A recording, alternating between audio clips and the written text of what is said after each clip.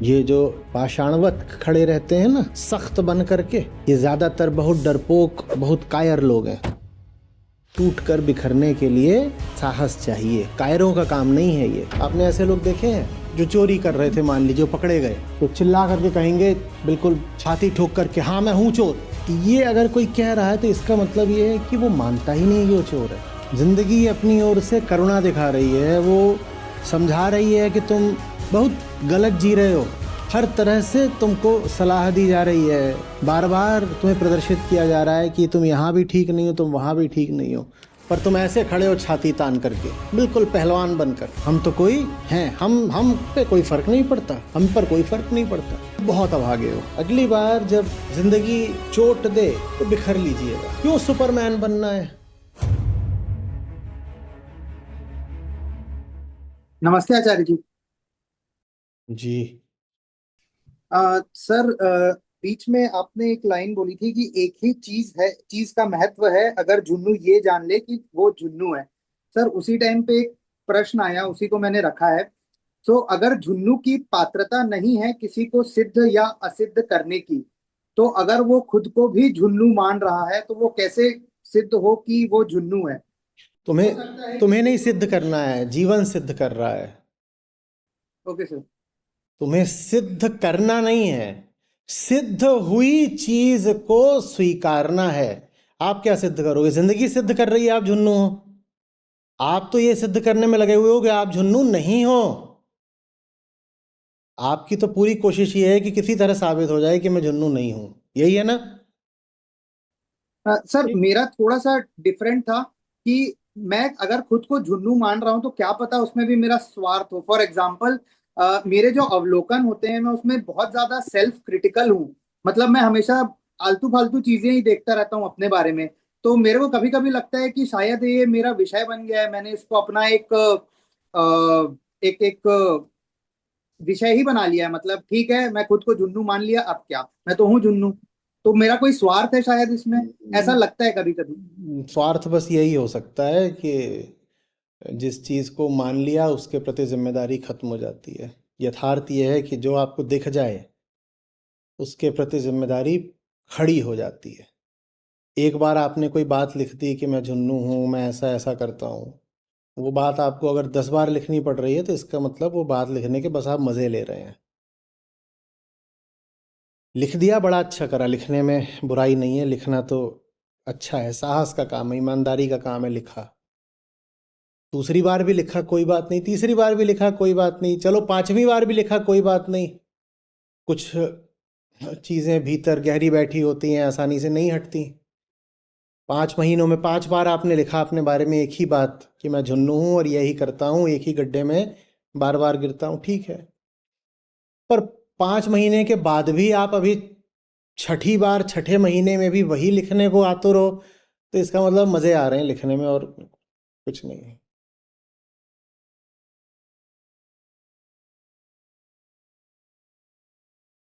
इसका मतलब ये भी है कि पता भी नहीं चला है कि झुन्नू है। पता तो देखिए चोट के साथ चलता है। हम्म। पता कभी बस ऐसे ही नहीं चल जाता। पता तो दर्द के साथ चलता है।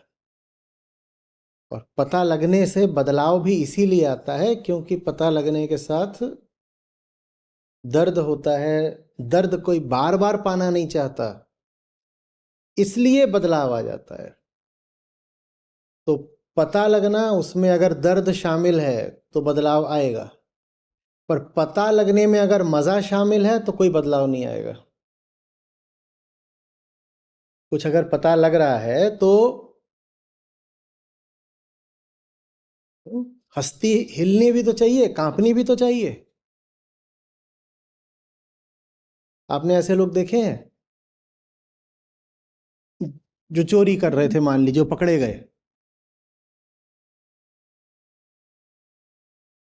तो चिल्ला करके कहेंगे बिल्कुल छाती ठोक करके, हाँ मैं हूं चोर, हाँ मैं करता हूं। अब आसपास वाले सकपका जाते हैं, क्योंकि उन्होंने माना होता है कि अगर किसी की चोरी पकड़ी गई है तो वो कम से कम लज्जित होगा, दुनिया के सामने उसकी इज्जत गिरी है। कोई लज्जित ना हो, सीधे कहते हाँ मैं हूं चोर, हाँ मैं हूं चोर। ये अगर कोई कह रहा है तो इसका मतलब ये है कि वो मानता ही नहीं है कि वो चोर है। चोरी स्वीकार करने के साथ अगर दर्द नहीं उठा है तो वो फिर चोरी चलती रहेगी।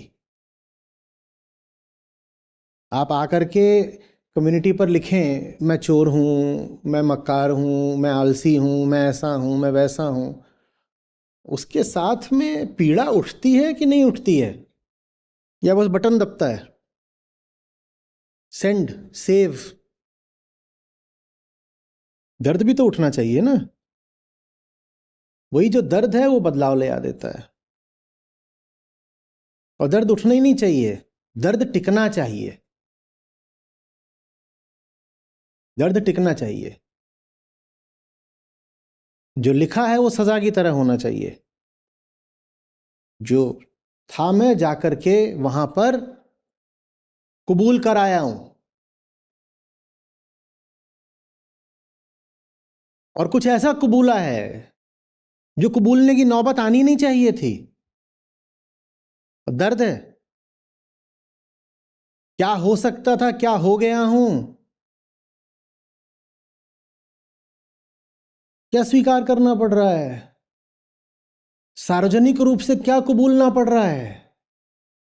लेकिन कबूलेंगे क्योंकि ईमानदारी का तकाजा है कि अगर कुछ गलती करी है तो स्वीकार करो, तो स्वीकार तो करेंगे। लेकिन दर्द भी उठेगा क्योंकि ये नौबत आनी नहीं चाहिए थी। हम ऐसा होने को थोड़ी पैदा हुए हैं। जाते हमारी आत्मा, गोत्र हमारा ब्रह्म, हम वो हैं। और आज जाकर के देखो क्या लिखना पड़ता है, अरे मैं तो सत्र के बीच में सो गई, मैंने तो गर्मा गर्म चाय रखी थी बगल में कि मैं पीऊंगी तो जगूंगी, मैंने चाय में ही मुंह दे दिया।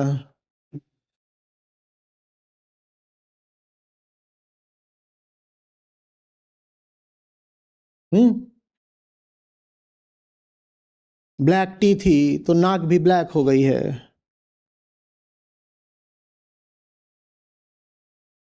ये नौबत आनी नहीं चाहिए थी, पर आ गई है तो लिखो, छुपाओ नहीं, स्वीकारो, और दर्द के साथ स्वीकारो।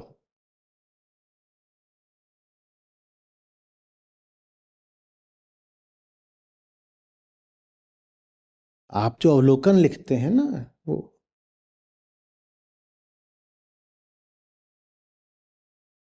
प्रमाद न बने, प्रायश्चित बने। खुद को अनुमति देनी चाहिए टूटने की। है तो हम सब मनुष्य की प्रजाति ना, तो जिंदगी जब दंड देती है, कर्मफल तो मिलता चलता है, तत्काल मिलता चलता है, भविष्य की भी बात नहीं है। जिसने चोरी करी वो उसी क्षण चोर हो गया, बाद में उसको सजा मिले ना मिले क्या भरोसा है। कर्मफल बाद में नहीं मिलता, कर्मफल तो तत्काल मिल गया। चोरी करते ही चोर हो गया, बल्कि कर्म करने से पहले कर्मफल मिल गया। पहले चोर हुआ इसलिए उसने फिर चोरी करी। तो ये सजा है, बड़ी सजा है। तुमने चोरी कर ली, 2-4 रुपए जो भी कमा लिए होंगे, पर चोर बन गए भीतर, बड़ी सजा है। खुद को टूटने दो, खुद को टूटने दो। इतनी जोर का थप्पड़ मारा है जिंदगी ने, 4 रुपए के लिए तुम चोर बन गए। थप्पड़ को इजाजत दो कि तुम्हें तोड़ दे।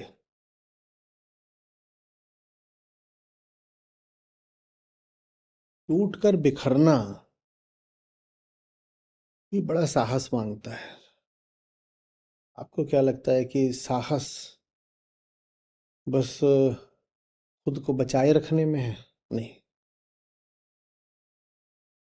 ये जो खुद है, ये जो मैं है, ये झूठ ही झूठ जैसा हो, तो साहस इसमें नहीं है कि इसको बचा कर रखो। साहस है टूट कर बिखरने दो। आ रही बात समझ में? ये जो होते हैं ना कई लोग जो भीतर से बिल्कुल पत्थर की तरह होते हैं, वो आपने सुना होगा सत्य आकाश जैसा होता है। कभी सुना कि सत्य चट्टान जैसा होता है? कभी सुना? अहंकार होता है चट्टान जैसा। हाँ, चट्टान की खासियत ये है कि टूटती नहीं आसानी से। पर आकाश तो कठिनाई से भी नहीं टूट सकता। चट्टान इसलिए नहीं टूटती क्योंकि वो प्रबल विरोध करती है। आकाश इसलिए नहीं टूटता क्योंकि बिल्कुल विरोध नहीं करता है। तुम बड़े से बड़ा हथौड़ा घुमा लो आकाश में, आकाश विरोध करता है क्या? नहीं टूटता। इसीलिए चट्टान भी बहुत समय तक नहीं टूटती है, तुम हथौड़ा वगैरह मानो, पर टूट जाती है बाद में। उसको जल्दी टूटने दो।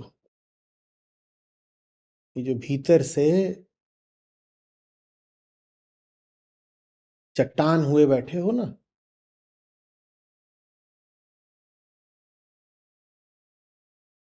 बिखर जाओ।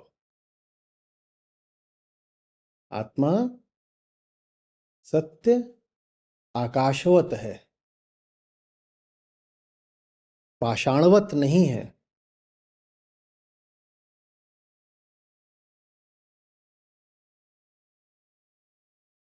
आसमान होना है, पाषाण नहीं होना है। जिंदगी आपको घाव पे घाव दे रही हो, पर आप तने खड़े हो। बड़े अभागे हैं आप। जिंदगी अपनी ओर से करुणा दिखा रही है, वो समझा रही है कि तुम बहुत गलत जी रहे हो। हर तरह से तुमको सलाह दी जा रही है, बार बार तुम्हें प्रदर्शित किया जा रहा है कि तुम यहां भी ठीक नहीं हो, तुम वहां भी ठीक नहीं हो। पर तुम ऐसे खड़े हो छाती तान करके, बिल्कुल पहलवान बनकर। हम तो कोई हैं, हम पे कोई फर्क नहीं पड़ता, हम पर कोई फर्क नहीं पड़ता। बहुत अभागे हो। हम्म।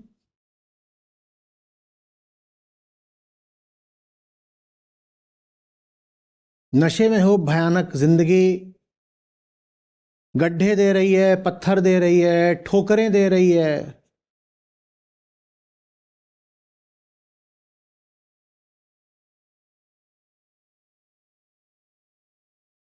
टकरा के, तिलमिला के, डगमगा के गिर रहे हो, और फिर खड़े हो जाते हो, ऐसे झाड़ते हो जैसे कुछ हुआ ही ना हो। फिर चल पड़ते हो, कहते हो देखते हो हम कितने मजबूत हैं, घुटना छिल गया, हम पे कोई फर्क बिल्कुल नहीं पड़ा।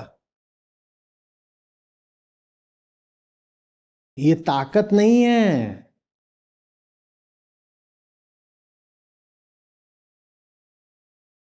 ये जड़ता है, ये प्राणहीनता है, ये संवेदन शून्यता है। ये ताकत नहीं है कि जिंदगी ने तुम्हारे नशे को प्रदर्शित करने के लिए तुम्हें गड्ढे में गिराया, तुम्हें ठोकर लगाई, और गिरे तुम लड़खड़ा कर, बिल्कुल औंधे मुंह। और फिर खड़े ऐसे हो गए जैसे अरे मर्द को दर्द नहीं होता और हम तो पहलवान हैं, हमें कोई चोट नहीं लगी। तुम लाख साबित कर लो, सारे सबूत, साक्ष्य, प्रमाण, तर्क सब दे के दिखा लो कि हम बिल्कुल झुन्नू लाल हैं, लेकिन फिर भी हम ऐसे अड़े रहेंगे जैसे हमें कोई फर्क नहीं पड़ता। हम कह रहे हैं टूट कर बिखरने के लिए साहस चाहिए, कायरों का काम नहीं है ये।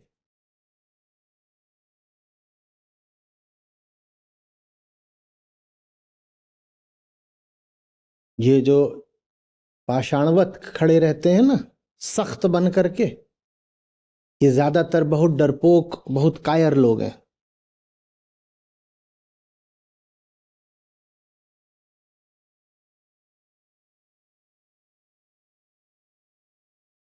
और हम इसको अपनी उपलब्धि की तरह गिनाते हैं। अजी साहब, हमने बड़े बड़े दर्द झेले, हमने बड़ी तकलीफें झेली हैं, और जैसे ही तुम ये सुनते हो प्रभावित भी हो जाते हो। किसकी रक्षा में तुमने तकलीफें झेली हैं? तकलीफें तो तुमने झेली हैं, पर किसकी? बात यह है कि अहंकार की रक्षा करने के लिए तुम पीड़ा भी झेलने को तैयार हो जाते हो। जब बात अहंकार को बचाने की हो तो पीड़ा बिल्कुल मत झेलो। जैसे ही पीड़ा उठे, टूटने दो अहंकार को। तुझे दो कौड़ी की चीज अहंकार, तुझे बचाने के लिए हम दर्द क्यों झेलें? टूटने दो। पर बड़ा अच्छा लगता है ना, हम नहीं बदले, बड़े बड़े आए हमें सिखाने की कोशिश करने वाले, पर हमने कुछ नहीं सीखा, हम बिल्कुल नहीं बदले, हम तो बिल्कुल सख्त बन के तन के खड़े रहे। तो हारे अब भागे।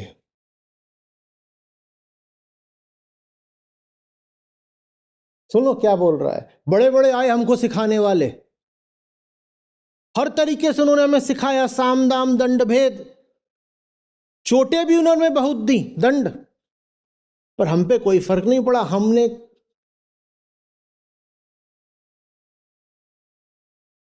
और फिर अपनी बात को धार्मिक और ठहराने के लिए बोल दो, बाल न बाका कर सके जो जग बैरी होए। किसका बाल न बाका कर सके? देखा छुपी रही ना बात, किसका? अहंकार का बाल न बाका कर सके? तुम उसको बचाने के लिए इतना जूझ रहे हो कि स्वयं सत्य भी तुम्हारे सामने खड़ा हो जाए तुम्हें समझाने को, तो तुम उसकी भी ना सुनो, और इसको तुम ताकत का सबूत मानते हो। ये तुम्हारी कमजोरी का सबूत है।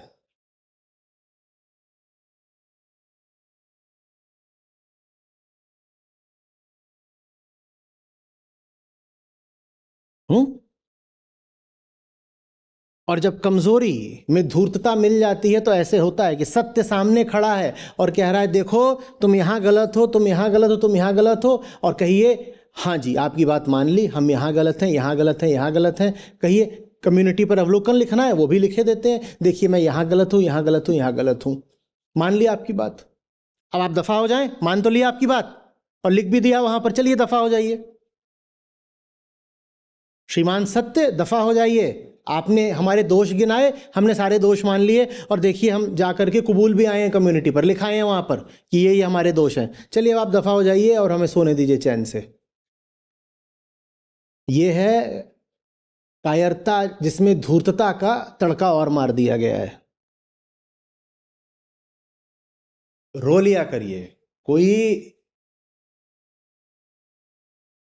अपमान नहीं हो जाएगा। भीतर कुछ है जो कब से टूटना चाहता है, उसे मिटना है। वो विदाई की राह देख रहा है, आप उसे क्यों पकड़ कर बैठे हो? जाने दो ना।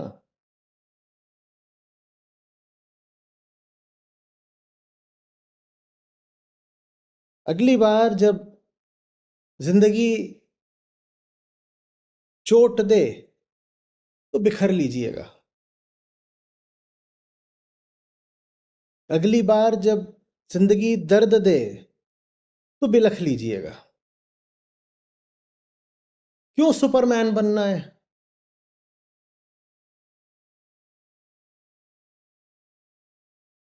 सत्य तो टूटता नहीं ना, जो भीतर टूट रहा है वो अहंकार ही होगा। टूटने दीजिए।